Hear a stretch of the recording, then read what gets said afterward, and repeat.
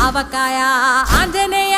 కథ మొదలెట్టినాడు చూడరయ్యా శక్తినంతా కూడగట్టి చెట్టు దులిపినాడు అంజయ్య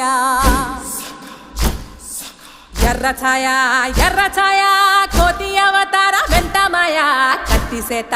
పట్టకుండా కాయ కోసినాడు కపిలయ్య